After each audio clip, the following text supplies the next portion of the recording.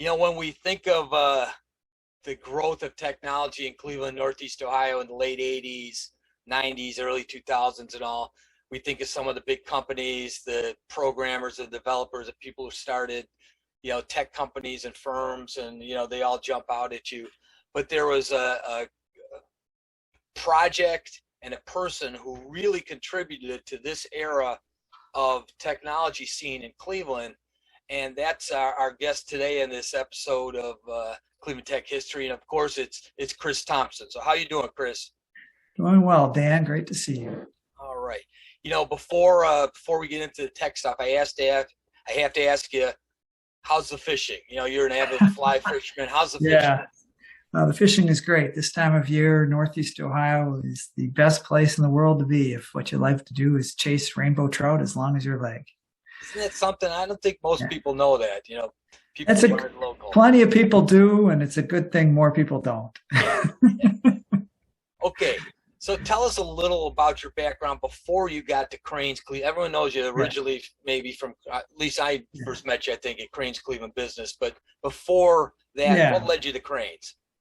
Yeah, so I graduated from Marquette University in Milwaukee with a journalism degree, worked at daily newspapers in Wisconsin and Minnesota. And when I was at Marquette, I had the good fortune of hanging out with a bunch of men and women from Cleveland. Just a couple of them were journalism majors who worked with me at the newspaper. And when I was working for a paper in Minnesota, my wife happens to be from Florida.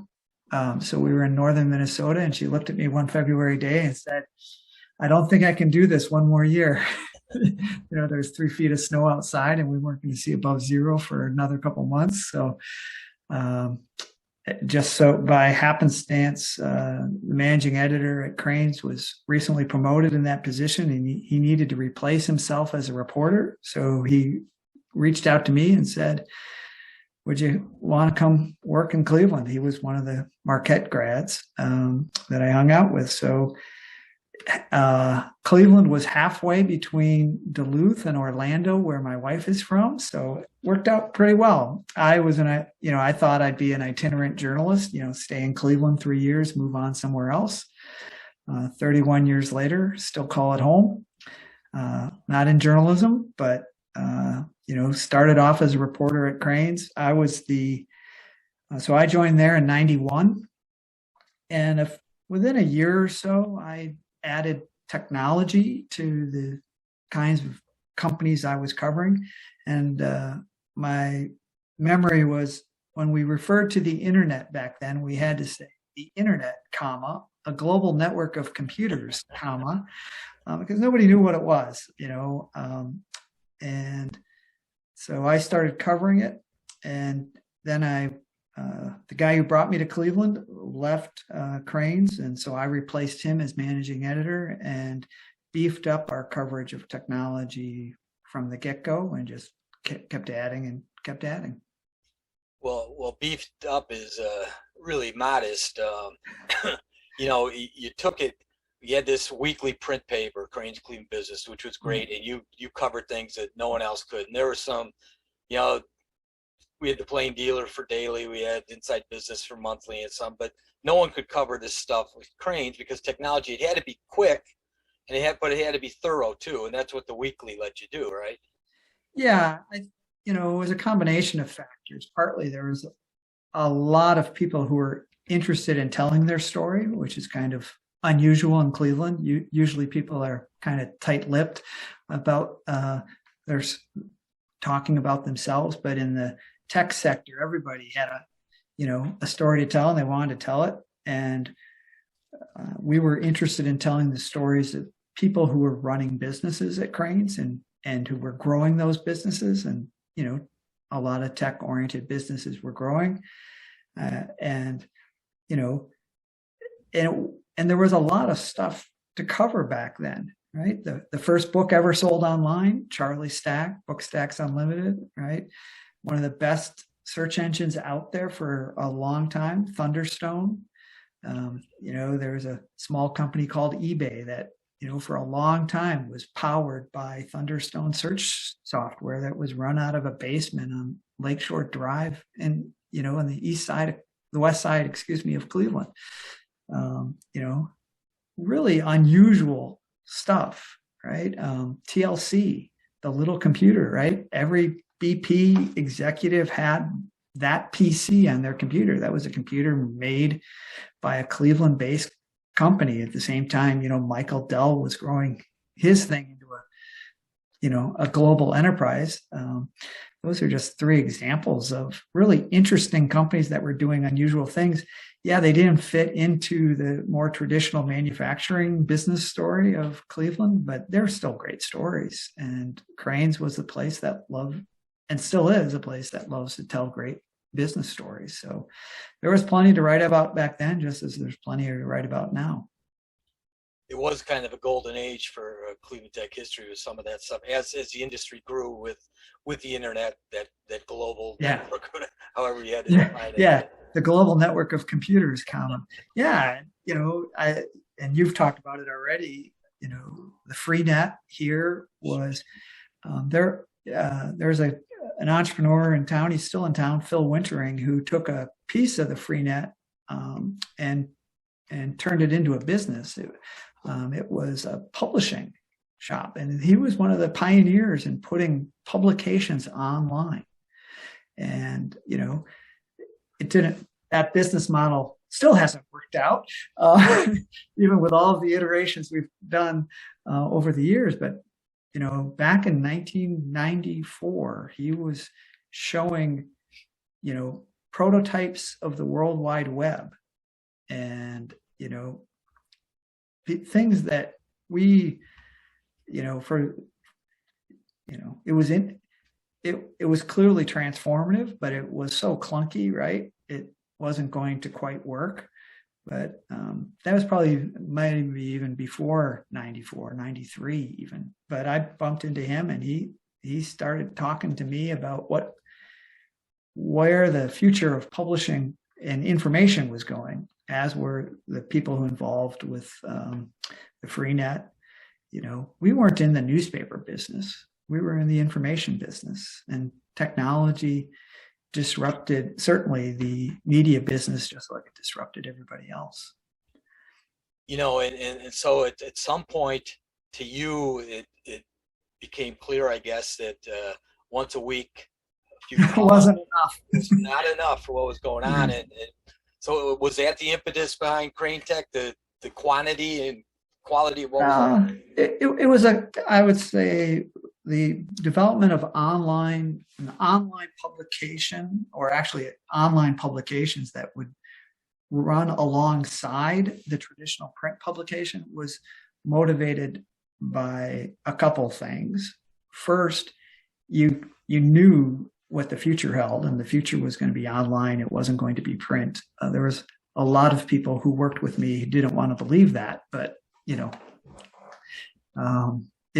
it was obvious where it was headed. So you had to have something. So we've started to do daily news, real-time news online with cranescleveland.com.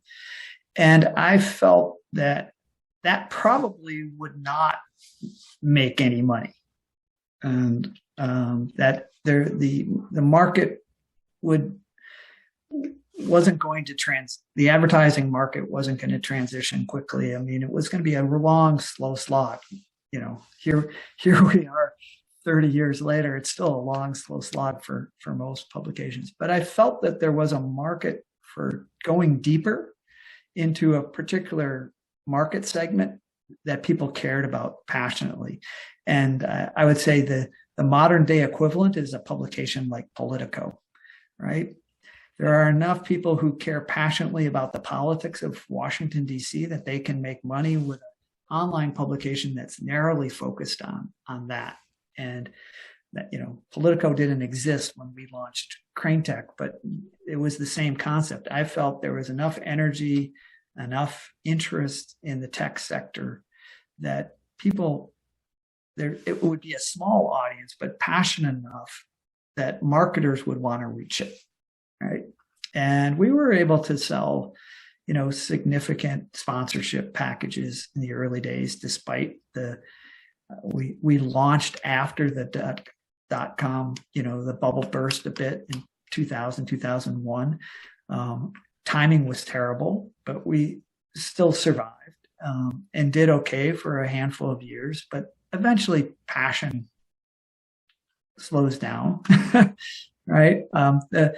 The market decides ultimately what works and what doesn't work, and the market decided that vehicle wasn't going to work. It was pretty obvious to me, but I left before Crane Tech ultimately just became part of, cranescleveland.com. But I shifted away from journalism in part because of all the experiences of Crane Tech. I think we've learned, and I think if you could go back in time, a lot of content creators, publishers would have changed the model. There's so much free content. And I know there's always a struggle for you to get support, sponsorship for Crane Tech to keep it going, even though it's such a valuable thing. But people are used to, outside of gaming and pornography and a couple, maybe the New York Times and all, everything was free. And people, why would I pay for something on the internet? Yeah. You click here and copy it. Yeah, it's again a conundrum that to this day is causing trouble and for so many people in the information business. And I certainly wasn't smart enough to figure it out. I always remember a tech reporter that we hired. His name's Bob Cook, and Bob would make the point that if we were saying something that, geez, look at that company there, they haven't figured out the internet, he'd remind us that pretty much nobody had figured out how to make money off the internet, right? There was a lot of interest, but there really wasn't, particularly in the publishing business. I mean, there were a lot of people making mistakes, myself included, but there weren't a lot of people who figured it out, and there still aren't many, right? The New York Times has figured out, Politico has figured it out, and there's a handful of other folks, but it's ultimately, like I said before, the market decides, right? The market decided that specialized, targeted news in a market as small as Cleveland doesn't really pay for itself. Unfortunately, the market has also decided that Cleveland's tech community hasn't grown to the point where 25 years ago, when we were hip deep into this, I think we would have all said 25 years from now, tech would be a stronger force in Cleveland than it is. We're still much more a manufacturing community than we are, a tech community. And I would say that's, again, a decision that the market has made, and it's a source of some frustration, but I've learned to get over it. Why do you think that is? I mean, did we not produce the players, or did we lose the players to other cities? Oh, yeah. I think it was a lot of factors.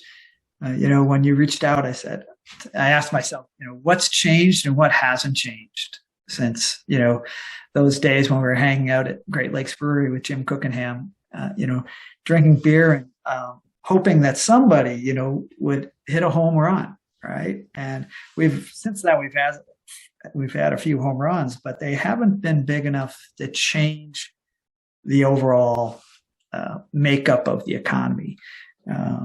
But I'd say there's, what's changed the most is and I'm not in the tech space right now. I still have lots of friends in that space and still pay attention to it, but I'd say there's a lot more opportunity and a lot more resources available than there ever was. And that is really cool to see. But even back then, there were a lot of successes, but they were small. And there's even more, there's even more successes now, and they're somewhat bigger. Some of them are bigger, but they haven't yet created that critical mass. So I'm not sure you can say anything failed, was wrong. Again, I'll stick to my line, the market decides. But if I could change one thing that hasn't changed enough much is the role of higher ed in catalyzing, the high tech sector. Because if you look at a Pittsburgh, certainly Silicon Valley, but even other, Ann Arbor, smaller markets, even Columbus, they've been fueled in large measure by the talent that emerges from research institutions. And, a lot of people have pointed out that Northeast Ohio does not have a really top flight research university. Case is certainly strong in some areas, but they were stronger always in chemical engineering and biomedical engineering. They've lost some of their clout, other people tell me, in chemical, but I think they're still strong in biomedical, but they were never big in electrical engineering. And there was an effort by the community probably 20 years ago now, maybe not quite that long, but pretty close, to see what would it look like if we took the electrical engineering programs at Case, Cleveland State, Akron, and I think there were a couple other universities involved, and not so much merge them, because you can't do that across universities, but tie them together in a way that we could make the case that we had a strong, coordinated electrical engineering program, which I think, plenty of studies have shown electrical engineering is the core of a lot of, what you would call the tech industry. And I was reminded of that a month or so ago when Intel made their big announcement in Columbus. That's going to be a huge game changer for folks. And I just wondered, what would it have, what would Northeast Ohio look like if over the last 20 years we were boosting our electrical engineering assets and capacity here, rather than, not continuing to have very small electrical engineering departments at 3-4 universities. That collective effort, crashed against the rocks of university behavior that is not unusual, right? It's hard to do. But I think if you said, what's the one thing I'd change? It would be higher ed's influence over this. If you look at Pittsburgh, and again, they're not a tech giant by any means, but they're certainly more robust and high tech than this market. The number of companies that have come out of Carnegie Mellon and Pitt that were funded by venture capitalists outpaces the number of companies that came out of Case and Cleveland State, exponentially. And that's not a criticism of either of our, hometown newspapers or universities. It's an observation, and we have to say, in part, ask ourselves, how do we do a better job, I think, of melding together the business sector and the higher ed sector in Northeast Ohio? It's been a question that folks have talked about for the entire 30 years I've been here, and we still haven't gotten particularly good at it, I don't think. Yeah, and I think historically one of Cleveland's problems has always been the fiefdoms and we don't approach it regionally and collaboratively. You look at Akron and all polymer stuff and all. If they combined with some of the Case engineers and the people up here, it could be powerful. Yeah, I'm not sure we're more parochial than other places, but we do excel at it. It's how I said, we're number one. Yeah, turf protection can be the core competency of a few too many of us. But the work that I did at Crane Tech led me to working on issues like what you described. Right? How do we build stronger connections across the region, leverage the assets that we have by connecting them, not merging them, but by connecting them?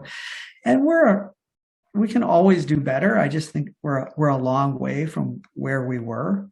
And I'll go back to the two things that have changed the most. There's more opportunities out there and there's more resources than ever. And as long as that's the case, I think we got a shot, at the market deciding something works here, right? You just got to keep trying. There was a sense periods of time in my tenure in Cleveland where people said, we don't have a future. Nothing's going to work. Manufacturing's dying. There's nothing in the future. I don't hear that anymore. I mean, there's a lot of options for greater Cleveland's economy, whether it's around water, whether it's around med tech, whether it's around something nobody's even thought of, right? There's enough creativity, innovation, and again, resources and opportunity to support that, right? There's a reason we were the first. This is the place where the first book was sold on the internet. We were among the first places to have an antivirus software company, right? There's really smart, talented people here. And, if we keep putting, resources into this work and opening more doors to more people, right? It used to only be that the people who looked like me were allowed in the door, right? We're much more diverse, much more open to different options. So I'm going to stay optimistic that as long as we keep doing that, there'll be a new history in tech that has to be talked about, right? And it might change everything about Northeast Ohio. Seattle was not a tech center before Bill Gates moved his company from Albuquerque, New Mexico to Seattle, right? And the reason he moved back to Seattle was he was born there, I don't know an economic development professional who would argue that, waiting for the birth of the next Bill Gates is their strategy, right? But it changed Seattle. I'll tell you, Chris, I don't think you realize just, how important you were back then and how people, we'd go to Neosa Net Thursday event at Great Lakes Brew, and if Chris Thompson was there, you were surrounded because what you wrote and covered was, I'm not saying gospel, but it was very influential and very powerful.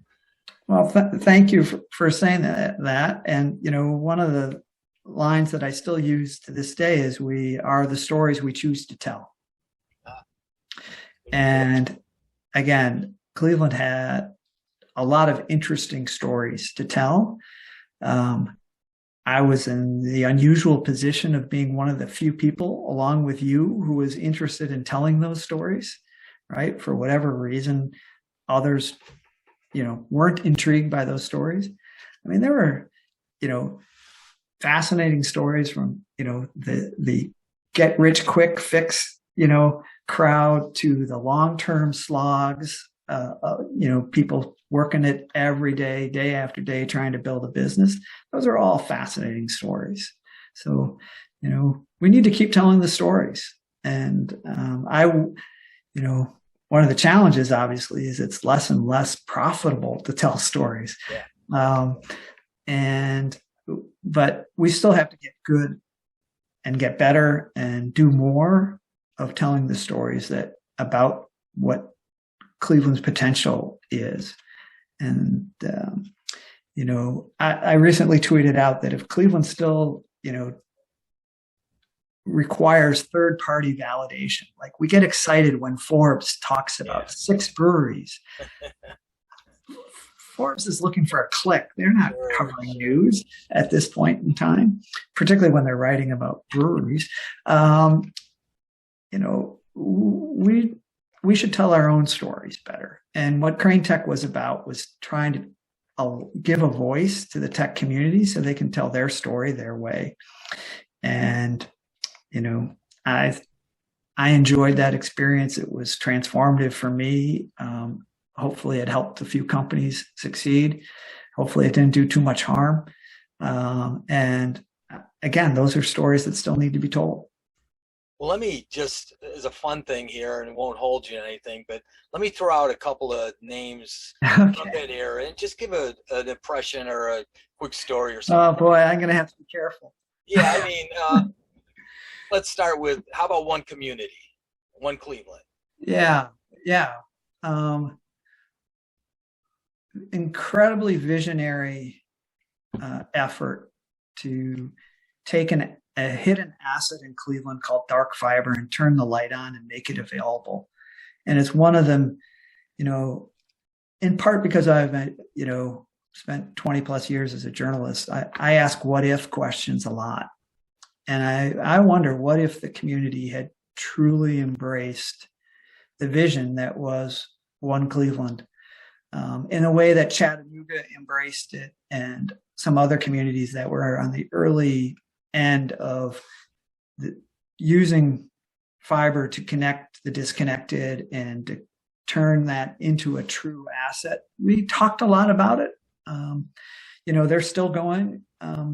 If shifted primarily to a digital divide play, which is understandable because the rest of the market is providing all of the other stuff. But yeah, it's to me, it was one of those interesting coincidences of Cleveland that we had more dark fiber under our streets than just about any other community our size in the country, probably more than any other community our size, just because where we were on some railroad routes and other things.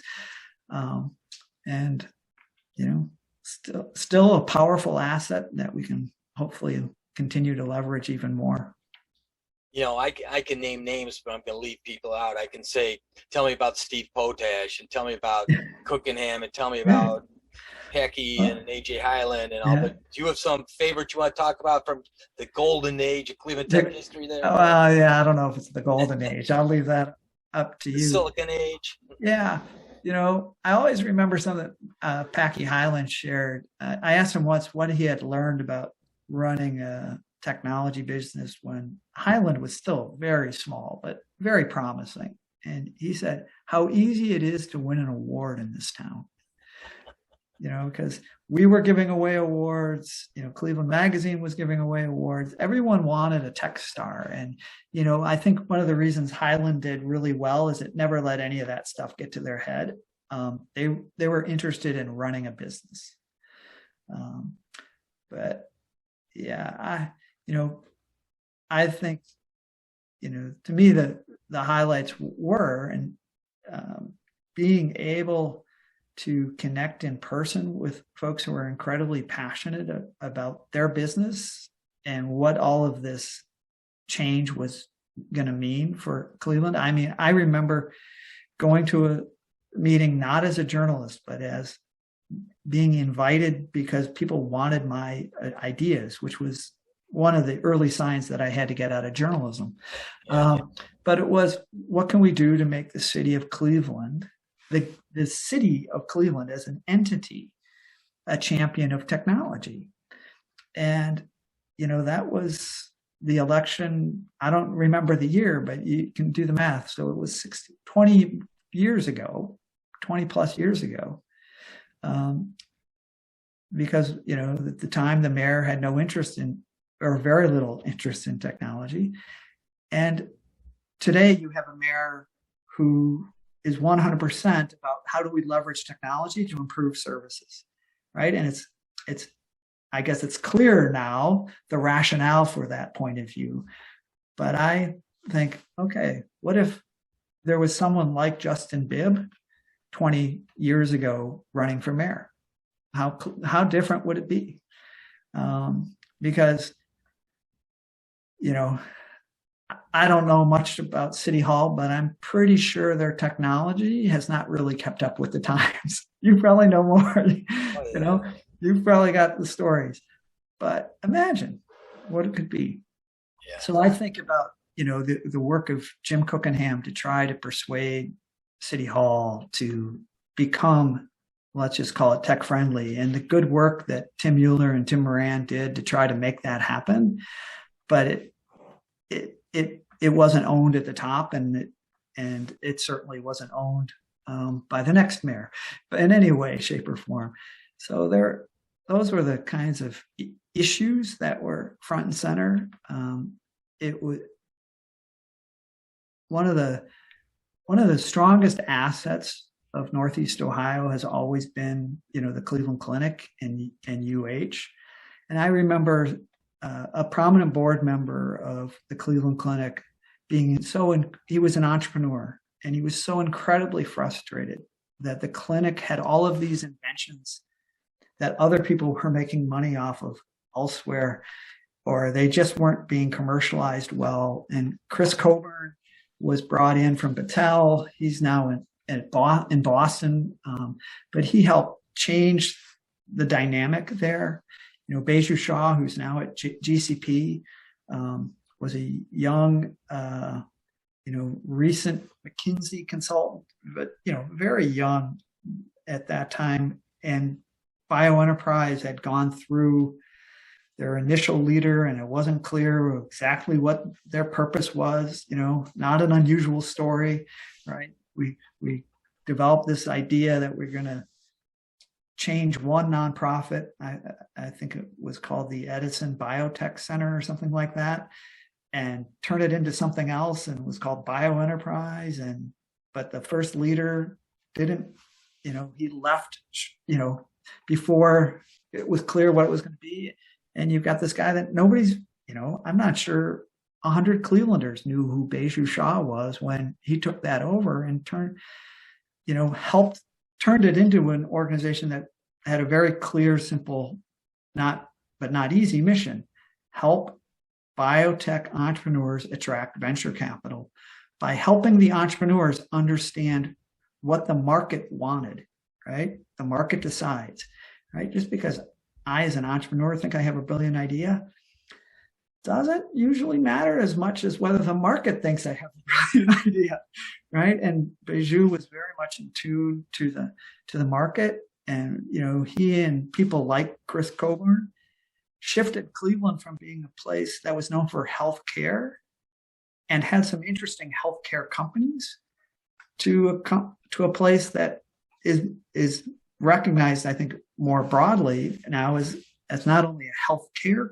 community, but a place where, there's some really good sized healthcare companies and medical companies, medical device, drugs, again, hasn't quite changed the face of our community as much as Baiju probably would have hoped 20 years ago.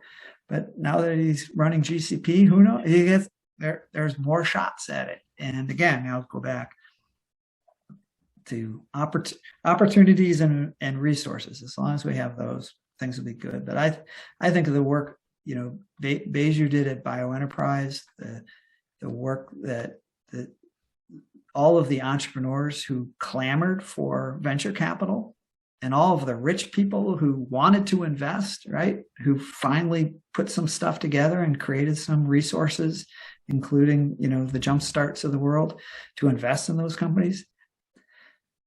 Those things,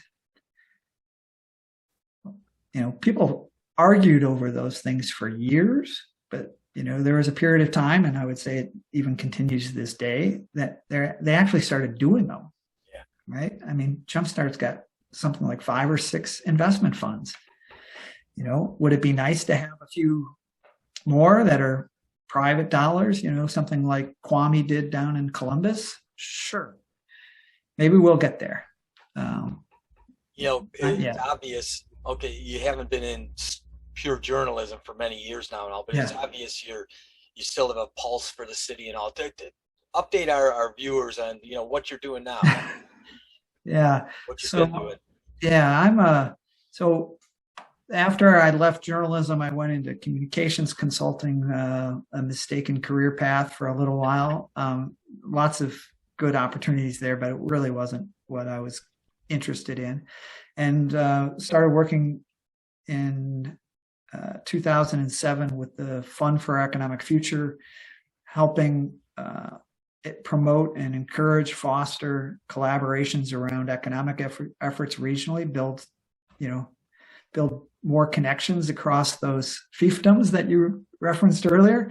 And that work gave me all sorts of experience in understanding what it takes to collaborate well in the civic space. And, one of the reasons communities can stay stuck where they're at rather than adapt to a changing world is they don't collaborate well. And so through the work I did at the fund and their patience with me, I learned a lot, and they helped me turn that into a practice now, where I'm a consultant working in communities all over the country, but primarily here in Northeast Ohio, helping organizational leaders from the public, private, philanthropic, nonprofit sectors to work together to get stuff done. How do you leave your logo and your ego at the door so you can come in the room and say, look, we got to deal with issues as, very complex issues, whether it's housing security, food security, workforce development, economic development, human trafficking, infant mortality. I've worked on all of those issues. Trust me, I don't know much about any of them. I have a lot of experience through my work with the fund and even my work with the tech community of what's it take to collaborate and work well. And that to me is, a constant in my professional life. I'm always curious as to what it takes to get the kind of change we want in the communities we care about.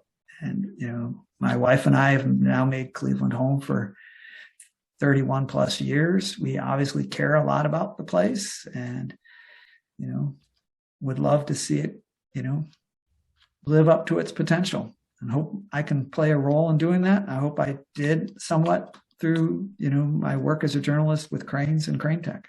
Are you still in touch with some of your old haunts like Jeff Stacklin and more so through social media. Mark Dodash, who was a longtime editor of Cranes, is still a dear friend. He helped me celebrate my 60th birthday this month, so it's good to stay in touch. Scott Sattel, who's still there, is managing editor, one of the best hires I ever made in my life. Right, we've all hired lots of people we regretted we hired. Scott's one of those that there's no regrets whatsoever. He's still there doing good work, and I try to stay in touch with that crew. Again, telling stories is a really important role in life. I feel like we're at Great Lakes Brew having a beer and a pretzel and talking about some of this stuff. I think we're going to have to invite you back for a future episode and talk about some of these specifics here, because you got a boatload of stories, and I got some keys that will provoke some stories for you. But... All right. Well, next one will it'll be summer, and we'll be sitting outside at Great Lakes, and there's probably a couple other folks you should invite to join in the conversation. I think we need look forward to it. That was a lot of fun. Chris, you really, whenever I talk to people about this project, the Cleveland Tech history, and I say, who should we talk to? And some of the people that I might not think of right away, I mean, your name comes up right away. The influence you had with your coverage and not rah-rah cheerleading, but just strategic, intelligent promotion of technology was invaluable for so many, and it's really appreciated. So, thanks, Dan. Can say the same about you, and learned a lot about tech from you through the years. And telling those stories was always fun, because most of the people were fun, entertaining folks. There are a few folks that you might not invite over to your mother, but very few. Otherwise, they're great people with great stories, and look forward to some of those folks continuing to change the face of Cleveland, because a lot of them are still around, still going at it. All right. We've been talking to an important part of Cleveland Tech history, Chris Thompson. Chris, great to see you virtually, and hope to see you live soon, and keep those fish jumping into your hook. Thanks. Thanks a lot. We'll take care.